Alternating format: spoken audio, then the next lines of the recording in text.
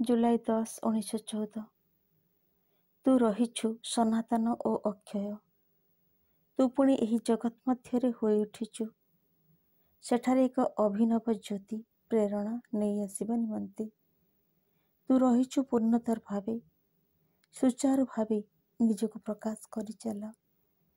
ଯନ୍ତ୍ରଟି ନିଜକୁ ଦେଇ ଦେଇଛି ଉଦ୍ଦୀପ୍ତ ନିଷ୍ଠା ନେଇ, ଅଖଣ୍ଡ ସମର୍ପଣ ଭାବ ସହିତ ଦେଇ ଚାଲିଛି।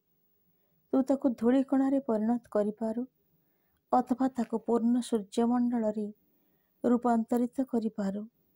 ତୋ ଇଚ୍ଛାରେ ସେ କୌଣସି ବାଧା ଦେବ ନାହିଁ। ଏହି ଆନୁଗତ୍ୟରେ ହିଁ ତ ତାର ପ୍ରକୃତ ଶକ୍ତି ଓ ତୃପ୍ତି।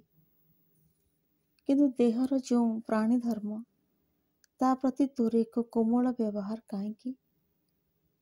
ତୁ କ'ଣ ଚାହୁଁ ଯେ ତୋ ଶକ୍ତି ଲୀଳାର ଯେଉଁ ଅପରୂପ ଜଟିଳତା, ଯେଉଁ ଅନନ୍ତ ବୈଚିତ୍ର୍ୟ, ତା ସହ ଅଭ୍ୟସ୍ତ ହେବା ପାଇଁ ସେ ଯେପରି ଯଥେଷ୍ଟ ସମୟ ପାଏ? ତୋ ଇଚ୍ଛାଶକ୍ତି କ'ଣ ଚାହେଁ?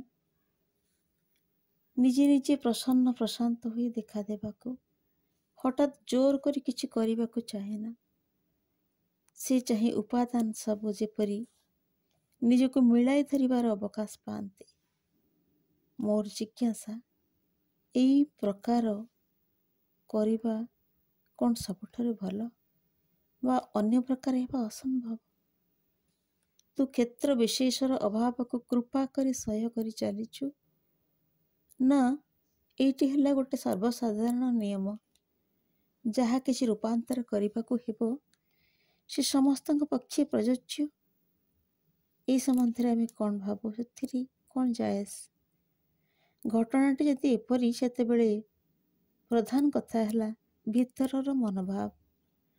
ତା ସହ ଯୁଦ୍ଧ କରିବାକୁ ହେବ ନା ତାକୁ ମାନିବାକୁ ହେବ?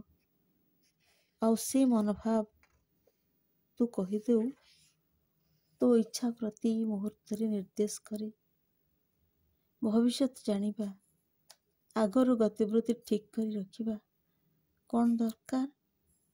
କ'ଣ ଘଟୁଛି ତାହା ଦେଖିବା ଏବଂ ସମ୍ପୂର୍ଣ୍ଣ ଭାବେ ମାନି ନେବା ତ ଯଥେଷ୍ଟ। ଦେଖୁଛି ସ୍ଥୂଳ ଦେହକୋଷର ଗଠନ ମଧ୍ୟରେ କାର୍ଯ୍ୟ ଚାଲିଛି। ସେମାନେ ସବୁ ବିପୁଳ ଶକ୍ତି ସହ ଓତପ୍ରୋତ ହୋଇ ଉଠିଛନ୍ତି। ମନେ ହୁଏ ଯେପରି ଫୁଲି ଉଠିଛନ୍ତି, ଲଘୁ ହୋଇ ଚାଲିଛନ୍ତି।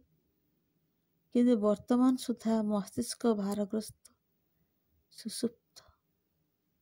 ହେ ଭଗବାନ, ମୁଁ ଏହି ଶରୀର ସହିତ ସଂଯୁକ୍ତ ହୋଇ ଉଚ୍ଚ କଣ୍ଠରେ ତୋତେ ଚାହିଁ କହେ, ମୋତେ ଆଉ ଦୟା କର ନା।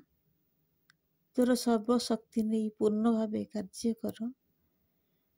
ତୁ ଯେ ମୋ ଭିତରେ ଅଖଣ୍ଡ ରୂପାନ୍ତରର ଆକାଂକ୍ଷା ସ୍ଥାପନ କରିଛୁ।